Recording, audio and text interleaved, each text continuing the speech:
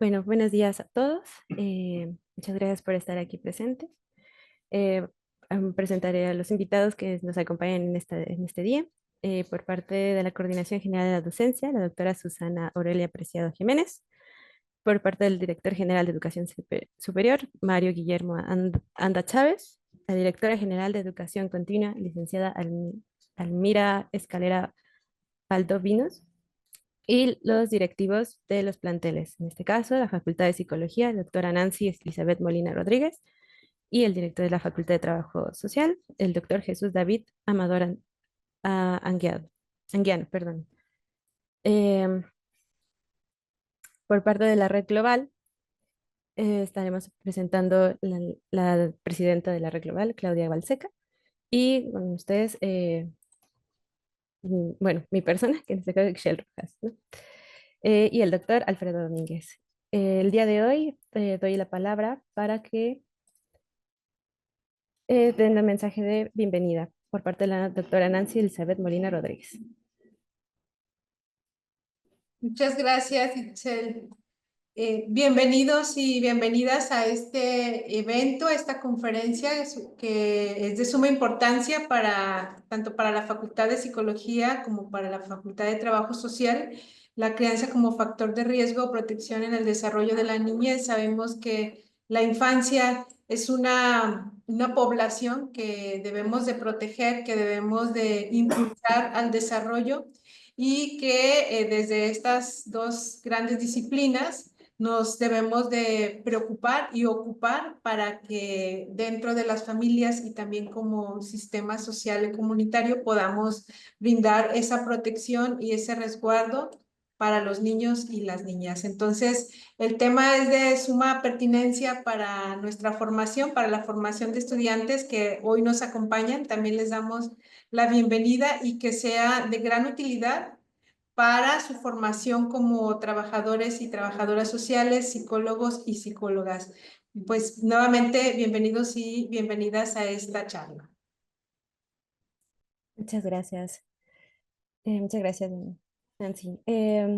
Ahora continuaremos con la presentación de nuestra ponente, la doctora Diana Brito Navarrete. Ella nos expondrá, como bien ha mencionado, tiene una presentación titulada La crianza como factor de riesgo o protección en el desarrollo de la niñez. El objetivo de esta va a ser exponer los estudios más recientes, entre ellos el propio, que evidencia la relación entre las pautas de crianza y el desarrollo neuropsicológico, cognitivo y emocional en la niñez. Brevemente leeremos la semblanza de la doctora. Ella es una licenciada en psicología y doctorante en neurociencias de la conducta por la Universidad Nacional Autónoma de México. Se ha dedicado los últimos 20 años a actividades de investigación en el Laboratorio de Psicofisiología y Neuropsicología de la Universidad Nacional Autónoma de México.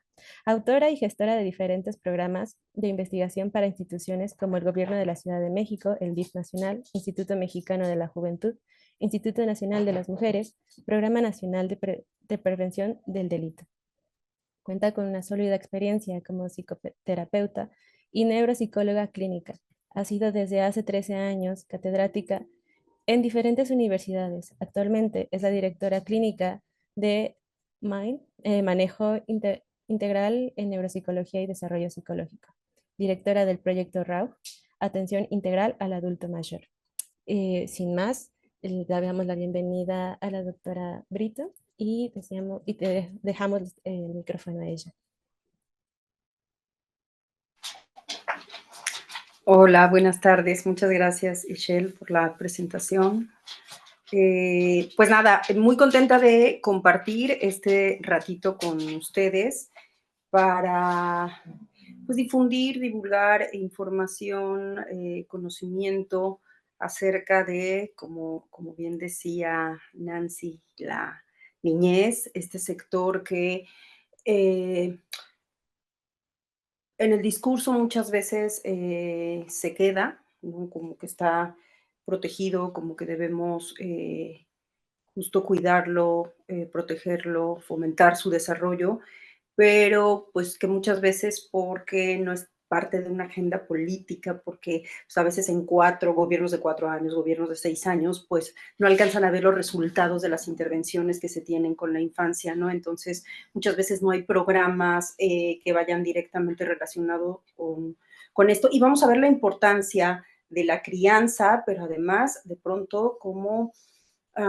promover crianzas que vayan a favor del desarrollo emocional, físico, cognitivo de nuestra niñez, porque a nivel prevención de conductas desadaptativas, incluso prevención del delito, ¿no? Por ejemplo, prevención de consumo de drogas en el futuro, pues la prevención primaria, recordando que la prevención primaria es antes de que se dan estas conductas, comienza en la niñez. Y entonces cuando hacemos este tipo de intervenciones, pues es muy benéfico para nuestra sociedad. Entonces les voy a compartir la pantalla y nos vamos a arrancar.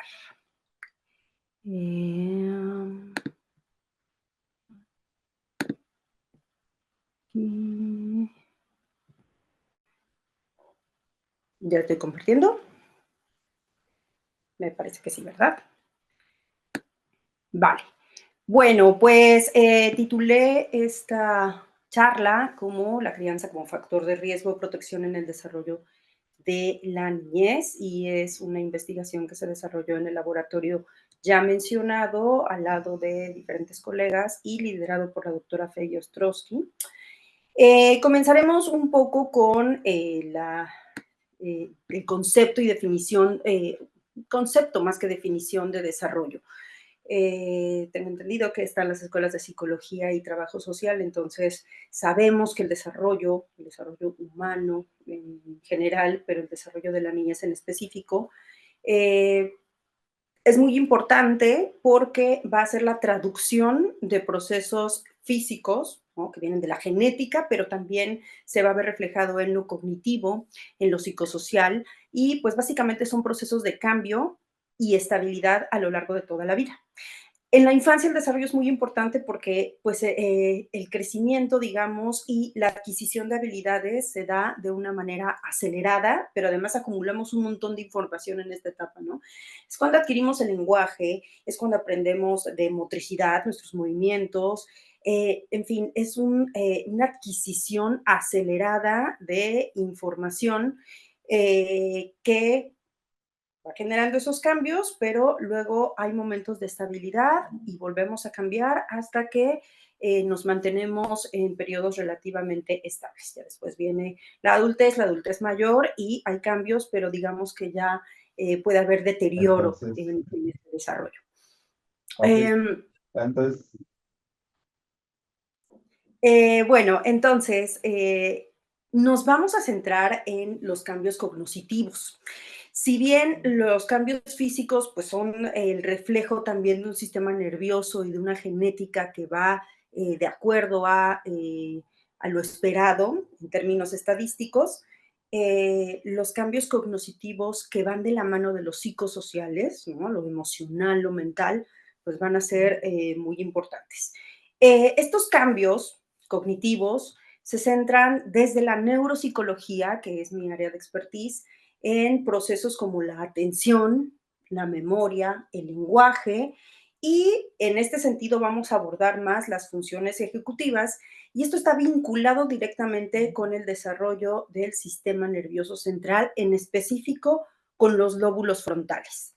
Los lóbulos frontales, ¿no? Seguramente han visto en sus clases de anatomía, seguro la Facultad de Psicología tienen estas clases de base, ¿no? El lóbulo frontal es el que se sitúa en la parte más anterior de nuestro cerebro, es el que tenemos ahí de lila, ¿no? Y tenemos una imagen que compara el lóbulo frontal de diferentes especies.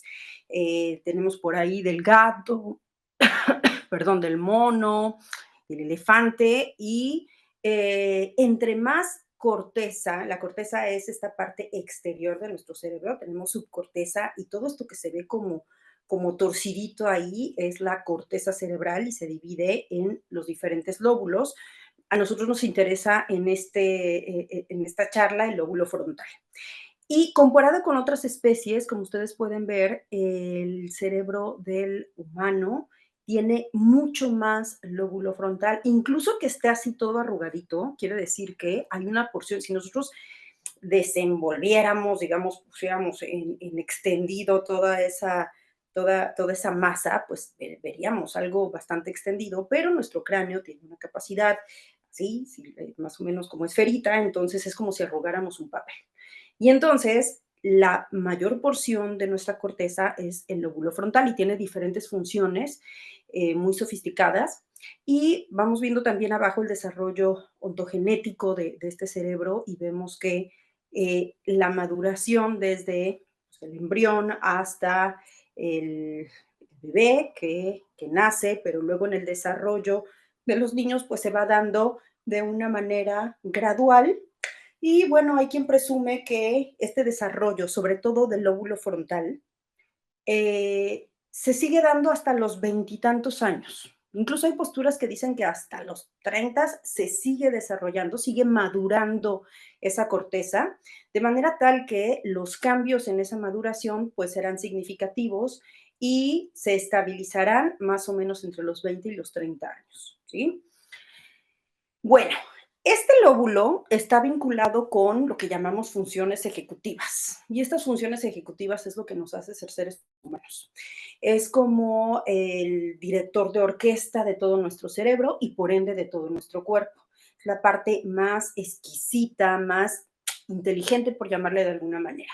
Las funciones ejecutivas están vinculadas con el funcionamiento de esa área cerebral y constan de un grupo de habilidades cognitivas que tienen como objetivo la adaptación del individuo a situaciones nuevas y complejas que van más allá de conductas habituales y automáticas. Por ejemplo, nosotros no ponemos en juego nuestras funciones ejecutivas cuando nos vamos a bañar, ¿no? Porque no es algo muy complejo, es algo habitual, te pones tu shampoo, te estás bañando, entonces en realidad no necesitas tomar decisiones, no necesitas hacer planes. Incluso a veces se nos puede olvidar, no sé, ponernos el acondicionador, ¿no? Por ejemplo, porque ya es algo tan habitual que entonces podríamos tener incluso una fallita en la atención. Pero ¿cuándo sí utilizamos las funciones ejecutivas? Cuando tenemos un problema, por ejemplo, ¿no? Algo novedoso que tenemos que resolver y entonces nuestro lóbulo frontal, si hiciéramos un escáner en ese momento, estaría dándole, poniendo en juego estas funciones para resolver alguna problemática. Las funciones ejecutivas, aquí tengo una pequeña lista. Hay diferentes modelos de funciones ejecutivas, ¿no? Que las explican y algunas ponen más funciones, otras ponen menos. Aquí puse algunas, puse la inhibición, la planeación, la memoria de trabajo, la fluidez, ¿no? En diseño y verbal, fluidez mental, solución de problemas complejos, flexibilidad mental, generación de hipótesis, estrategias de trabajo, seriación, secuenciación, la abstracción también está vinculada a ese lóbulo frontal, ¿no? Ese que tenemos en azul, aquí en este gorrito que tiene esta niña. Y bueno, como ven, es lo más sofisticado, ¿no? Lo más sofisticado. Nosotros podríamos comparar entre especies y, por ejemplo, el cerdo tiene más corteza frontal que un perro, ¿no? Pero como que su cuerpo es más torpe, por eso, digo, algunos sí tienen de mascota a los cerditos, pero no es algo común. Pero, por ejemplo, el perro tiene más corteza frontal que un gato. De ahí que quizá por eso sean más domesticables los perros que los gatos, ¿no? Por ejemplo. Pero entonces el ser humano tiene mucha más longitud y todas estas funciones están vinculadas directamente con esa área anatómica. Y esto nos va a abonar al desarrollo mental, ¿no? O cognoscitivo de, pues, de los individuos. Estas áreas tardan más tiempo en desarrollarse. Cuando tenemos a los niños muy chiquititos, bebitos, pues de lo que hay conciencia es de un tiempo presente. Solo se revisan o se están observando estímulos que se encuentran a su alrededor inmediato, ¿no? Pero conforme va pasando el tiempo y van creciendo, ya se empieza a tener una representación de estímulos del pasado, ¿sí? Ya podemos planear el futuro y tenemos una representación de un problema, lo podemos ver desde distintas perspectivas. Y eso nos va a permitir elegir la solución más adecuada. Pero este desarrollo se da gradualmente, ¿ok? ¿Cuáles son los factores que influyen en el desarrollo de las funciones ejecutivas? Porque este desarrollo, pues podríamos decir, bueno, si se relaciona con un área cerebral, pues nada más esperar que madure esa área cerebral, ¿no? Pero en realidad hay diferentes factores que van a estar determinando. Uno de ellos es el genético. Tenemos diferentes combinaciones entre individuos que van a hacer que estas áreas funcionen de una o de otra manera, ¿no? Y eso sería todo un tema para una charla que es bien interesante porque, bueno, ahorita voy a regresar a la genética. Voy a decir las otras y voy a regresar a la genética porque aquí hay datos súper interesantes. Derivado de la genética tendríamos la maduración cerebral, ¿no? Y la maduración cerebral con varios procesos progresivos, regresivos. Aquí les pongo una foto, esta gris con blanquito, son axones, son neuronas que están ahí rebanadas y que están evidenciando una grasita que tiene el axón de la neurona, ¿no? La mielinización y la poda sináptica son dos procesos esenciales en el desarrollo del lóbulo frontal, pero también de las funciones ejecutivas. Y esto está determinado por la genética, sí, en gran medida, y sería la parte anatomofisiológica que estaría sustentando el funcionamiento del lóbulo frontal, de los lóbulos frontales, derecho e izquierdo. Pero también de manera muy importante va a haber factores ambientales, ¿sí? ¿Dónde nacemos? ¿Qué idioma hablamos? Nuestra alimentación, que tiene que ver con lo biológico, pero también tendrá que ver con lo social, ¿no? Con factores económicos. Nuestra nacionalidad, si estamos escolarizados o no, si estamos en la era del celular o estuvimos en la era de la televisión o ninguna de las anteriores, eso va a ir determinando también el funcionamiento neuropsicológico de los individuos. Y dentro de ese ambiente tenemos los estilos de crianza, que ahorita los vamos a definir. Me regreso un poquito a la parte genética porque pues antes pensábamos que esto era lineal, ¿no? O sea, ya tenemos un código genético que se va a traducir en lo que venga en ese código.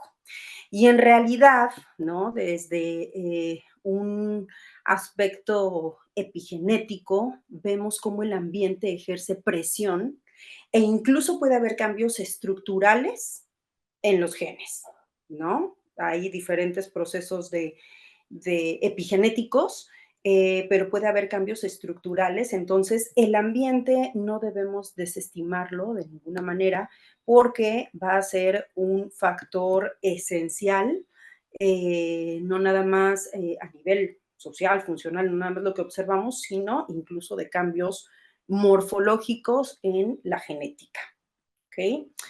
Bueno, como parte del ambiente están los estilos de crianza. Nuestros padres y madres, ¿no? Ahí de cada uno de nosotros que estamos en esta sesión, en casi todo el mundo, tuvimos algún estilo de crianza, la mayoría. Hay personas que no, por ejemplo, personas que están en orfanatos, en fin.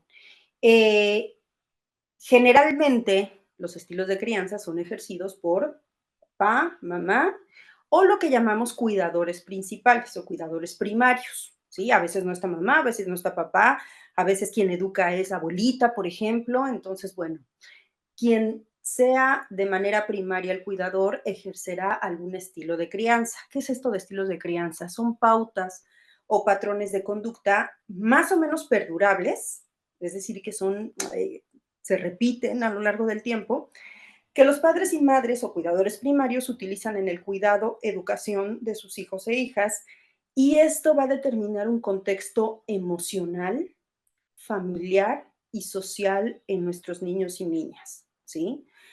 Estos patrones, estas pautas son comunicados de manera verbal y no verbal hacia nuestros pequeñitos, hacia la niñez, ¿sí? Entonces, Esperaría que todos y cada uno de nosotros hubiera tenido algún estilo de crianza. Ahorita vamos a ver, a lo mejor vamos a identificar cuál es el que tuvieron nuestros padres, nuestras madres con nosotros y cuál puede ser la consecuencia de esos estilos de crianza. Esto está íntimamente desarrollado con teoría del apego, ¿no? No vamos a ahondar mucho más en ello, el tiempo del que disponemos no es tan largo, pero es muy interesante ver esa intersección porque, pues claro, la manera en la que te educan, la manera en que te hablan, en que van a formarte, pues también va a desarrollar este vínculo, ¿cierto? Entonces, bueno, aquí tenemos un cuadrito que nos explica un modelo de estilos de crianza. Hay otros, ¿no? Seguramente, y más en ambientes de psicología, quizá trabajo social, han escuchado de la crianza positiva o la crianza respetuosa, que son tendencias relativamente actuales de, pues, cómo tratar a madres, padres, cómo tratar, cómo educar, cómo guiar, acompañar a los pequeñitos. Este es un modelo que en donde lo estamos contemplando esas estrategias, ¿no? Porque ya se ven como estrategias. Entonces nos quedamos con este modelo que consta de 4 tipos de estilo de crianza. Tenemos el autoritativo, que en otras palabras es el democrático. Ahorita lo vamos a ver más bien como democrático porque se confunde con el autoritario, permisivo, negligente. Y como ven, en horizontal tendríamos el afecto y comunicación, y en el vertical tenemos el control y la exigencia. Entonces, si vamos haciendo un plano ahí cardinal, vamos encontrando, ¿no? Por ejemplo, si tengo alto control y exigencias, ¿sí? Y bajo afecto y comunicación, entonces me da un autoritario, ¿sí? Si tengo bajo control y bajas exigencias, es decir, estos niños a los que no les hacen exigencias, no los controlan, y tengo alto afecto y alta comunicación, ¿no? Mucho apoyo, mucha aceptación, pues entonces me da un estilo permisivo. Estos niños a los que les resuelven casi que todo, ¿no? No hay control, no les exigen nada. Entonces, bueno, tenemos estas combinaciones. Aquí tengo un cuadrito donde a lo mejor, no sé si se ve mejor porque quedó en azul ahí. Tenemos reglas y límites, ¿no? En mayor o menor medida y afecto y necesidades también en mayor o menor medida. Entonces, la intersección, tenemos reglas y límites, ¿no? Como suficientes, tenemos ahí como mayor, reglas y límites, pero también con el signito de más, estamos queriendo decir que también hay suficiente afecto y toma de necesidades, escucha, eso nos da lo democrático. Autoritario, hay muchas reglas y límites y no hay atención afectuosa ni escucha de necesidades, ¿sí? Cuando hay pocas reglas y límites y mucho afecto y necesidades, tenemos el permisivo. Entonces ahí está el niño brinque y brinque en el sillón y la mamá ya como que no sabe nada qué hacer, pero que tampoco pone reglas, no establece límites, ¿no? Y un cuarto estilo sería el que no pone reglas y límites, pero tampoco brinda afecto ni escucha a las necesidades. Y ahí tenemos el indiferente, ¿sí? Para ser un poquito más específicos, ¿cómo sería un estilo autoritario? Hay mucha exigencia, hay poca sensibilidad o retroalimentación de la conducta de los niños en general, no consideran sus peticiones, son padres o madres distantes, poco afectuosos y manifiestan conductas de coerción, ¿sí? Castigos, puede haber golpes. La comunicación es unidireccional, es decir, el padre o la madre hacia el hijo, no hay escucha de necesidades, ¿sí? Y pues tampoco hay un apoyo emocional importante, ¿no? Porque no tiene voz el niño o la niña, no hay un desahogo de necesidades. Uy, aquí quedó bien chiquito. ¿Cuáles son las consecuencias que podrían tener los niños y las niñas, o incluso ya hacia la adultez, ¿no? Que podrían perdurar a lo largo del tiempo de un estilo autoritario? Bueno, puede ser que si yo tuvimos un estilo autoritario, tengamos conductas sumisas, ¿no? Que ante cualquier atropello, ante cualquier conducta de daño, pues agachemos la cabeza y seamos sumisos, porque de alguna manera eso es lo normal, ¿no?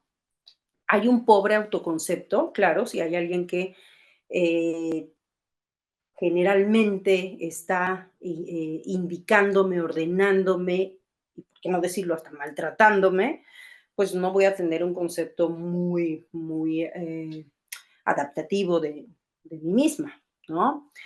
Hay baja autonomía, yo nada más voy a estar siguiendo reglas, poca creatividad, no soy escuchada, nunca lo fui, entonces va a haber poca creatividad, obediencia indiscriminada, no obediencia que yo elija, sino a todo, conformismo, también escasa competencia social, ¿no? Como el lenguaje que yo conozco es el de la autoridad, ¿no? El coercitivo, unidireccional, pues no voy a tener tantas competencias sociales. Y en otros casos no se es necesariamente sumiso, sino que se tiende a repetir este patrón. Podemos tener niños o incluso adultos que son agresivos, impulsivos, ¿sí? Repitiendo patrones, y en general son niños y niñas menos alegres y espontáneos, ¿ok? Tenemos el permisivo. En el permisivo hay poco control y exigencia, o sea, son niños a los que no les ponen reglas, no les ponen límites o se los ponen ahí muy bajitos. Este estilo es como engañoso porque hay una aparente sensibilidad hacia las necesidades del niño, la niña, o sea, es como si, a ver, ¿qué quieres? ¿Qué te ayudo? ¿Qué te doy? Pero esa sensibilidad es aparente. ¿Por qué? Porque en realidad los niños no tienen, diría, me gusta mucho este dicho de María Montessori, no hagas por un niño o una niña lo que pueda él o ella misma hacer, ¿no? O sea, no le resuelvas a algo que puede hacer. Bueno, pues este tipo de padres o madres casi que les mastican la comida a los niños y si pudieran hacer digestión por ellos, la hacían, ¿no? Estoy hablando de casos muy extremos. Pero son estos niños súper consentidores. Ahí si se escuchan ruidos raros es mi perrita que está roncando, perdón, es más fácil escucharla que estarla despertando todo el tiempo. Una disculpa. Aparente sensibilidad a las necesidades del niño o la niña, o sea, te resuelvo lo que tú me digas y mandes, ¿sí? Lo permiten todo, no limitan nada. Todo y nada también son términos muy irracionales, pero mayormente, o sea, dan permiso de un montón de cosas. Eh, no muestran autoridad frente a los hijos y que, ojo, o sea, no es lo mismo tener autoridad que ser autoritario. Ya vimos las características del autoritario y bueno, son coercitivas, ¿sí? Aquí más bien es que no hay autoridad, evitan el enfrentamiento con los niños, no le digo nada porque no me vaya a hacer berrinche, no me vaya a gritar y no hay reglas o no se cumplen. Aquí también hay una comunicación unidireccional, pero vean que el sentido ya es contrario, ¿no? El niño, la niña son quienes marcan la conducta. ¿Cuáles son las consecuencias de un estilo así? Poca tolerancia a la frustración, ¿no? O sea, son niños que cuando no les sale algo, porque yo cuando llego a dar talleres de crianza, eh, les digo, bueno, es que a ciertas edades, sobre todo en la niñez, los padres o madres podemos ir resolviendo un montón de cosas, ¿no? O sea, sí les resolvemos, sí les damos casi indiscriminadamente, pero ¿qué pasa cuando son adolescentes o adultos que ya no podemos estar todo el tiempo a su lado y que ya no podemos estarles dando, ¿no? Las soluciones a todo? Pues, pues ahí es donde nos enfrentamos con problemas, ¿no? O sea, cuando la noviecita o el noviecito le dice, no, yo ya no quiero andar contigo, pues como hay una baja tolerancia a la frustración que puede llegar a problemas muy importantes.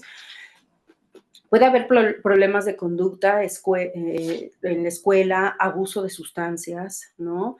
Pueden llegar a ser infancias con mucha impulsividad, poca motivación, no hay responsabilidad, puede haber muy poca capacidad de esfuerzo, ¿no? No se sostienen, escaso respeto a las normas y a las personas, porque claro, ellos eran quienes tenían el control.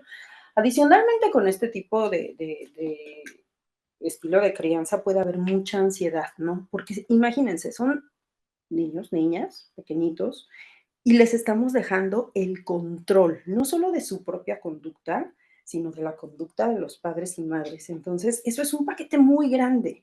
Les estamos dejando todo ese paquete y entonces tienden a ser también ansiosos. parecería que hay incluso, como dicen, son niños tiranos.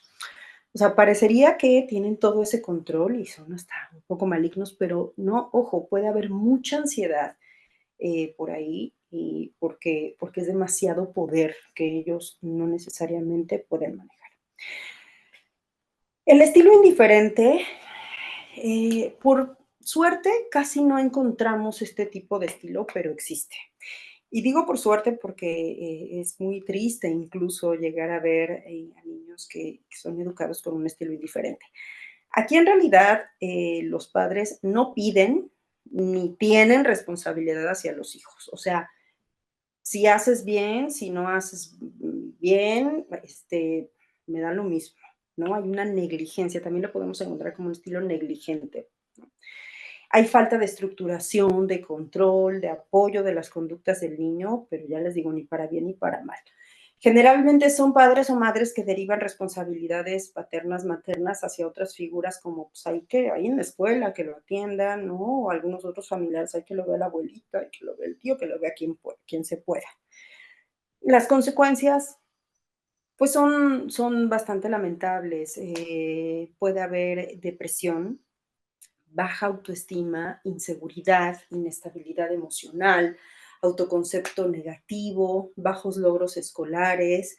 Y suelo decir que son niños como niños y niñas como sin brújula emocional, ¿no?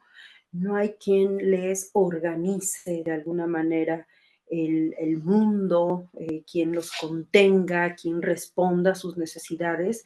Entonces esto tiene consecuencias muy, muy impactantes en su desarrollo. Finalmente dejé el democrático, que digamos que es el que más se acerca a lo adaptativo. Los padres y madres que tienen un estilo democrático prestan atención a las peticiones y preguntas de sus hijos y muestran interés. Combinan afecto y apoyo con ciertas dosis de control y democracia. Favorecen la autonomía e independencia. Son exigentes en sus demandas, o sea, sí exigen, sí ponen muy claro lo que quieren, pero al mismo tiempo se muestran cariñosos, razonables, comunicativos. La comunicación es efectiva y bidireccional, entonces ya no es de arriba para abajo ni de abajo para arriba, ¿no? Es bidireccional. Se tratan como personas, ¿sí? Como personas iguales. Iguales no en términos de edad ni de desarrollo, pero sí como personas, como seres humanos. Sin órdenes, no sé si sin órdenes, yo creo que sí puede haber órdenes, pero la manera de dar esas órdenes no es con gritos, no es con coerción, es a través de la coerción. Suelo decir que la crianza democrática es como sostener un jabón, un jabón así de pastilla, mojado. Si lo aprietas mucho, sale volando, ¿no? Sale volando, lo apretaste demasiado. Pero si no lo agarras bien, pues se te resbala y se te cae. Lo justo, ¿no? Agarrarlo lo justo. No te aprieto demasiado, pero tampoco tan blandito y entonces el jabón se queda en la mano. Eso sería algo democrático. Me gusta esa metáfora. ¿Qué más hacen los padres que tienen este tipo de estilo? Establecen reglas claras, es decir, les comunican a los niños qué esperamos de ellos. Promueven la conducta asertiva, no invaden ni restringen la intimidad del niño o la niña. Hay una inducción, invitación más que castigo. La consecuencia es razonada y verbal, no es física. Esperan de los niños cooperación, responsabilidad y control. Ahora, ¿cuáles serían las consecuencias de tener un estilo democrático? Pues los niños y las niñas generalmente se muestran más autónomos, responsables, hay mayor motivación hacia las actividades, autocontrol, pensamiento crítico, alta autoestima, factores protectores hacia conductas desadaptativas, desarrollo de competencias sociales, bienestar psicológico y físico, menor conflicto con los padres y madres, son niños que manifiestan su afecto, tienen un buen desempeño escolar, ¿sí? Entonces, bueno, Digamos que una de las primeras conclusiones que podríamos sacar de esto es que hay que hacer un equilibrio entre el afecto, pero también la manera de conducir, a mí me gusta mucho la palabra acompañar a los niños y a las niñas, dándoles el espacio para que opinen, expresen necesidades, pero que no controlen cosas que no les corresponde controlar, ¿no? Como si comen, si van al médico, etcétera. Bien, entonces, ¿por qué digo que los estilos de crianza pueden ser factores de protección o de riesgo?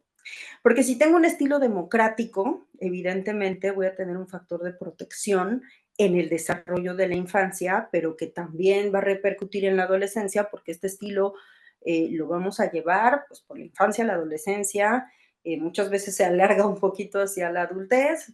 Yo creo que hemos de conocer por ahí algún ejemplo de alguien de 30, incluso más años, que sigue dependiendo en gran medida de sus padres o de su papá o de su mamá. Pero bueno, digamos que lo esperado sería que en la adolescencia se dé el despegue del desarrollo hacia la autonomía y que ya no haya crianza como tal, ¿no? Entonces puede ser de protección porque podemos a través de las herramientas diferentes que les damos a los niños, a las niñas, una mayor probabilidad de autonomía, independencia, eh, desarrollo emocional, respuesta asertiva, etcétera, o de riesgo cuando tenemos un estilo autoritario, negligente o permisivo en exceso, pues entonces los arriesgamos a que sean menos autónomos, poco creativos, a depresión, a ansiedad, etcétera, ¿sí? Entonces, existe una gran influencia de los cuidados de los padres y madres en la salud mental de los niños y las niñas, y ahí es directo, ¿no? O sea, no hay escapatoria. En el desarrollo de su personalidad, hay diferentes teorías de la personalidad. A mí me gusta esta que dice que tenemos temperamento, que es algo más genético, y el carácter que modula el temperamento. El carácter sería de una fuente ambiental, y entonces lo ambiental sería un estilo de crianza, y vamos dando elementos para este desarrollo de la personalidad y actitudes posteriores hacia la vida social en general. Dice Kochanska que el estilo de crianza se repitió ahí, puede ser predictor de conciencia y ajuste conductual. Ese ajuste conductual que a veces, cómo nos falla, ¿no? Cómo nos puede llegar a fallar de sabemos lo que tenemos que hacer, pero no ajustamos nuestra conducta para alcanzar eso. Bueno, técnicamente cuando tenemos un estilo democrático, que sería el más adaptativo, aumentamos la probabilidad. Finalmente, esta frase a mí me encanta: un niño que no se siente querido difícilmente puede ser educado.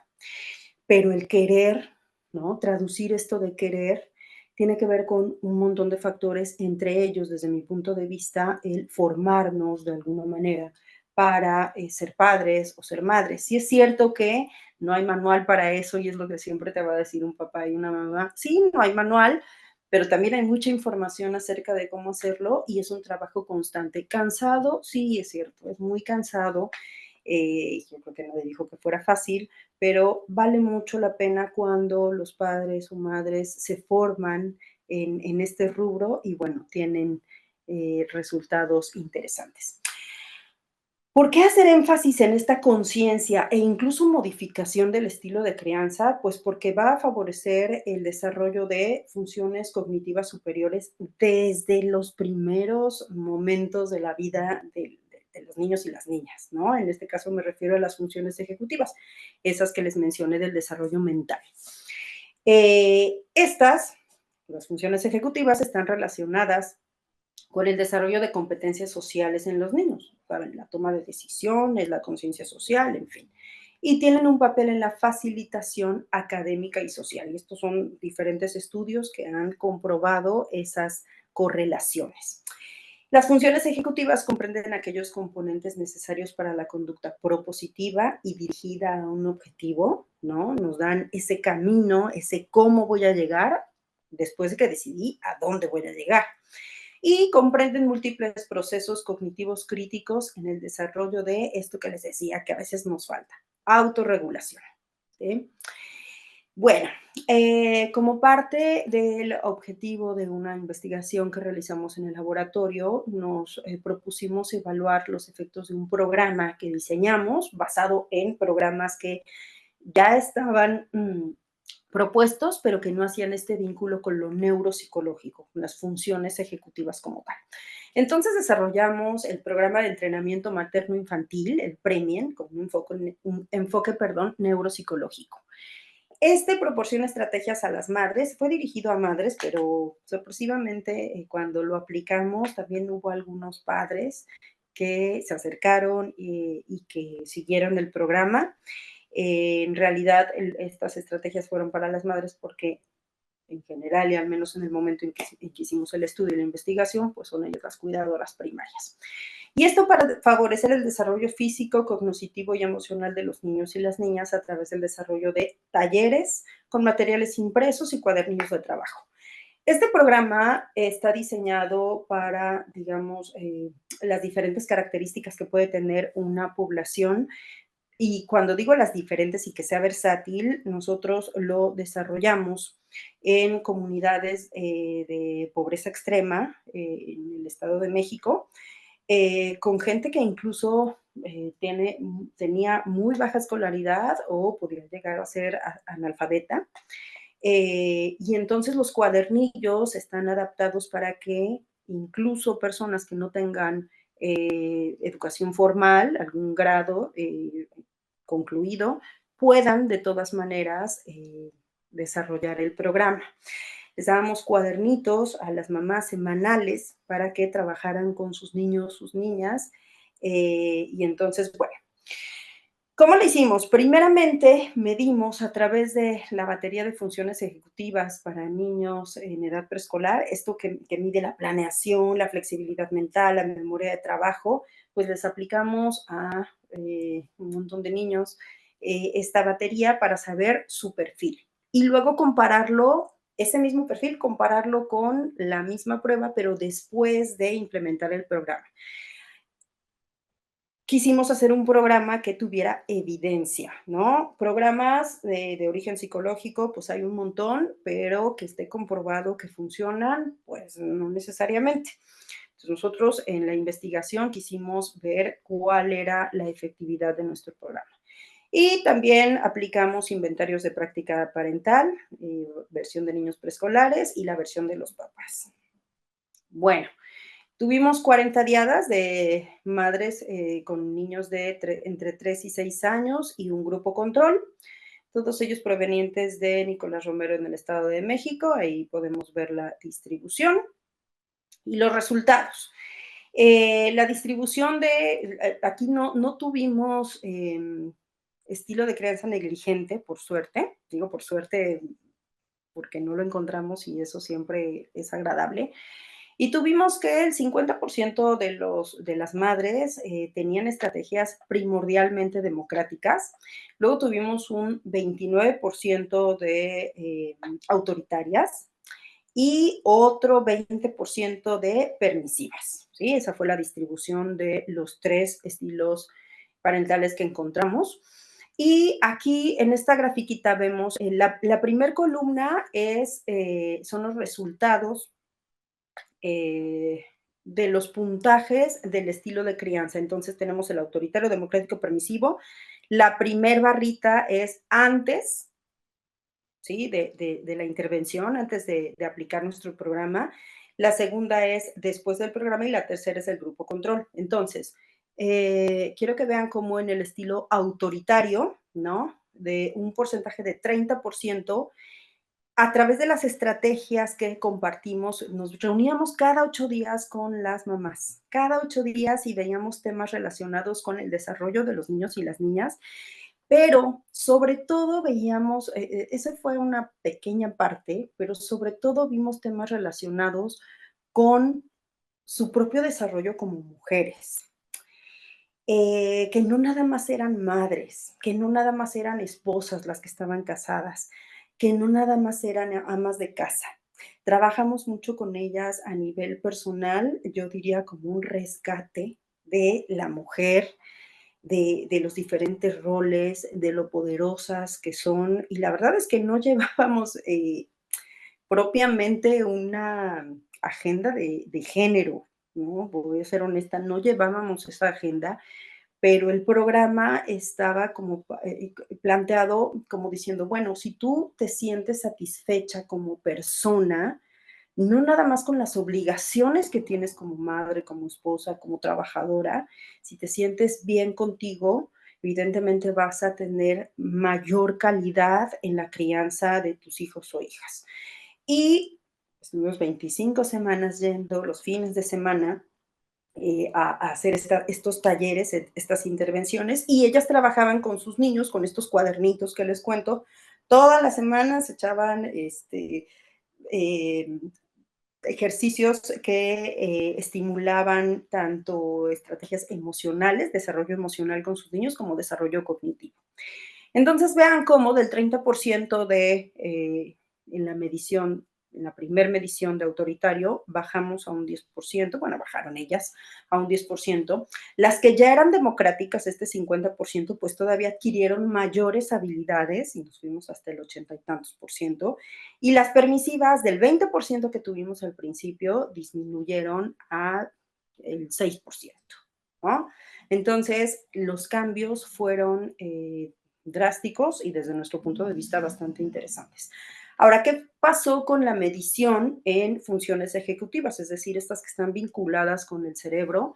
Pues tuvimos, bueno, esta distribución y les enseño esta. ¿Dónde vimos cambios específicamente? Bueno, vimos una correlación entre el estilo democrático y el total de memoria de trabajo. La memoria de trabajo es cuando nos dan instrucciones, ¿no? Así de ve y saca de la alacena el plato rojo y luego lo pones y sacas del refri, no sé qué, nos dicen algunas instrucciones y nosotros así como que las vamos memorizando y a veces nos falla ir a, ¿qué? ¿Qué era? Bueno, esas fallas son normales, pero con los niños pequeñitos, pues tienen un spam muy cortito, ¿no? Les das muy poquitos elementos, pero vimos que cuando hay un estilo democrático, el puntaje en esa habilidad es mejor, hay una correlación positiva.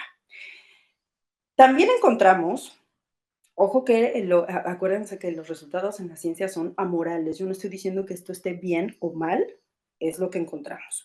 En el estilo autoritario vimos que en el total de la prueba, que tenía tareas de memoria de trabajo, planeación, ¿qué más? Flexibilidad mental, hubo también una correlación, ¿sí? Y tuvimos una correlación negativa en el estilo permisivo. Entonces, ya vamos terminando. ¿Qué efectos positivos hubo en los niños y las niñas? Bueno, ya en términos que sí medimos con escalas, pero también cualitativos que nos iban reportando las madres, hubo mejoras en el desarrollo socioemocional, demostraron menor dependencia, menor agresividad, mejor autoconcepto y mejor adaptación escolar. Y las madres demostraron mejora de sus propias habilidades alfabéticas, mayor sentido de autoeficacia con su nuevo rol de maestras de sus hijos, mayor verbalización. Al principio decían, bueno, vienen de la UNAM, las doctoras, nos decían, y eran muy tímidas y después ya se desenvolvieron de manera muy interesante, hablaban más, compartían más. Menor punitividad, mayor sensibilidad, mayor estimulación cognitiva, mejoras en la interacción incluso con sus esposos o con sus parejas y un disfrute de una relación igualitaria entre ellos. La verdad es que nosotros no teníamos estos objetivos, pero se reportaron también. Conclusiones. Bueno, la conclusión es que este programa funcionó, ¿no? Funcionó para su cometido. Y conclusiones colaterales, el estilo de crianza puede favorecer el desarrollo del funcionamiento ejecutivo desde la edad preescolar, desde muy chiquititos, y compartirles esto. Como profesionales de la salud mental o de lo social, somos agentes ambientales de cambio, ¿sí? Y esto es muy importante porque al brindar estrategias, al intervenir en diferentes situaciones con la niñez o con las madres, los padres, al promover este tipo de intervenciones, somos agentes ambientales de cambio. Y por eso siempre no me canso de exhortarlos a que sean profesionales de excelencia, que estén actualizándose y que generen también, porque no este tipo de intervenciones, se puede hacer investigación, pero investigación que sirva efectivamente, sobre todo para países como el nuestro, que de pronto vamos solo heredando patrones no tan adaptativos, pero que bueno, echando mano de la ciencia y de investigaciones que tienen resultados como este, pues sean del mayor beneficio para nuestra niñez. ¿De acuerdo? Y pues bueno, aquí terminaría mi participación. Muchísimas gracias, doctora. Le agradecemos muchísimo su valiosa e interesante presentación. A continuación daremos brevemente el micrófono a la maestra Claudia Balseca, la presidenta de la Red Global México, capítulo España. Bueno, pues muchísimas gracias.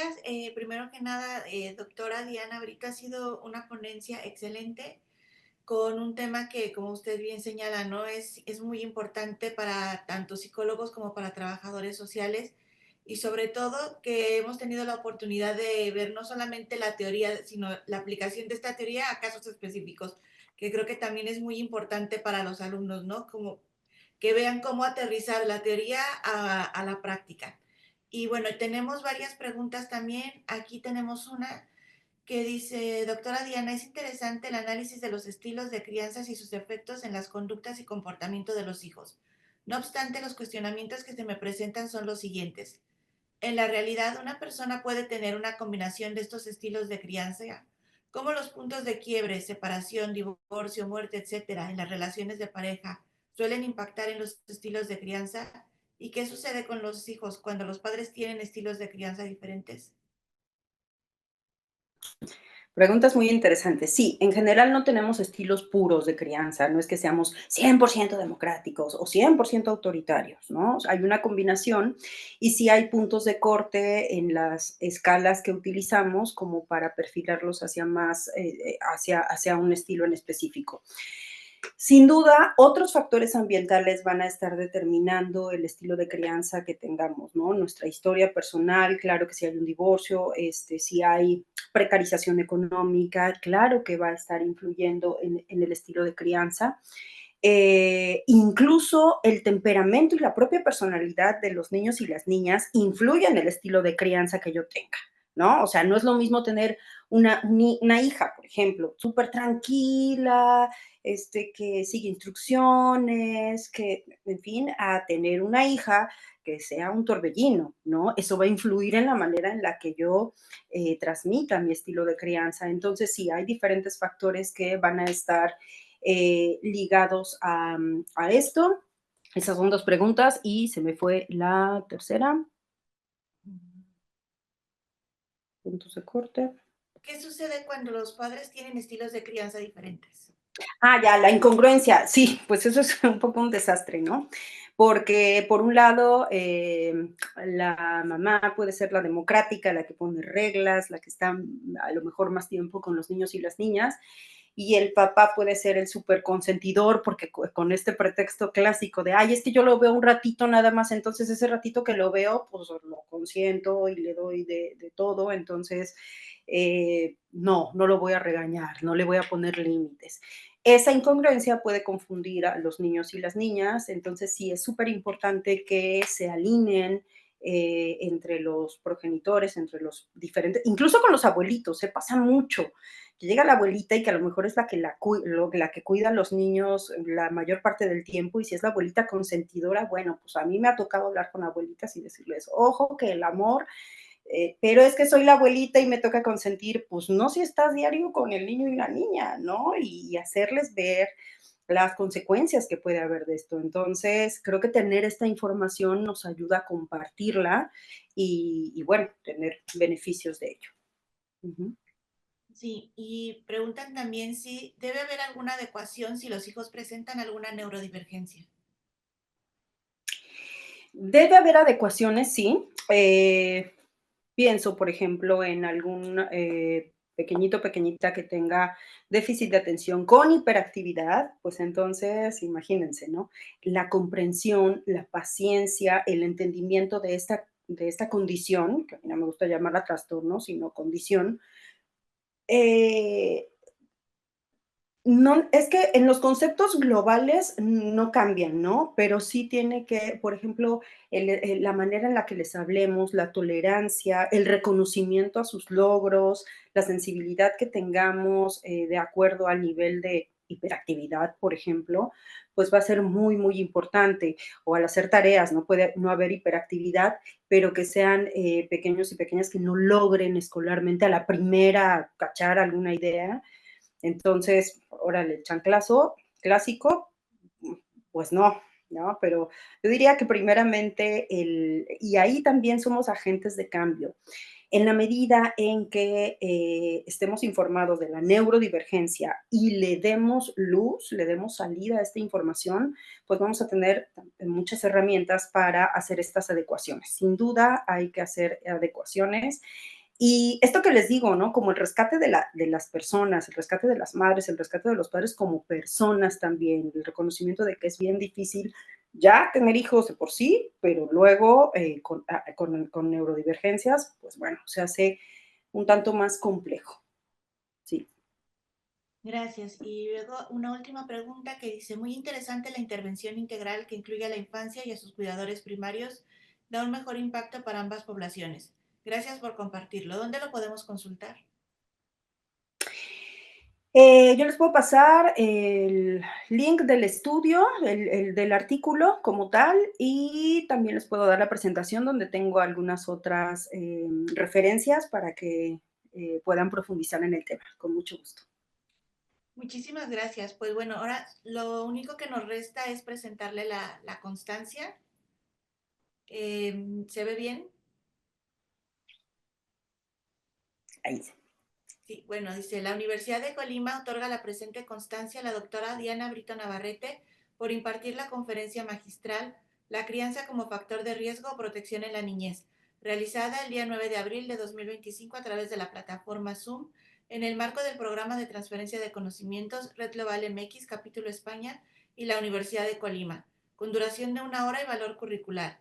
Y firman la licenciada Almira Escalera Valdovinos, directora general de Educación Continua de la Universidad de Colima, maestra Claudia Leonor Balseca Alpizar, presidenta del programa Transferencia de Conocimientos Red Global MX, capítulo España. Pues muchísimas gracias nuevamente, doctora Diana Brito, por estar este día con nosotros. Muchísimas gracias a la Universidad de Colima y a nuestros planteles anfitriones, la Facultad de Psicología y la Facultad de Trabajo Social, por abrirnos las puertas para ofrecer esta conferencia el día de hoy. Y pues bueno, quedamos a la espera de la siguiente dentro de, bueno, el mes que viene. Muchísimas gracias. Que tengan buen día. Hasta luego. Gracias, hasta luego.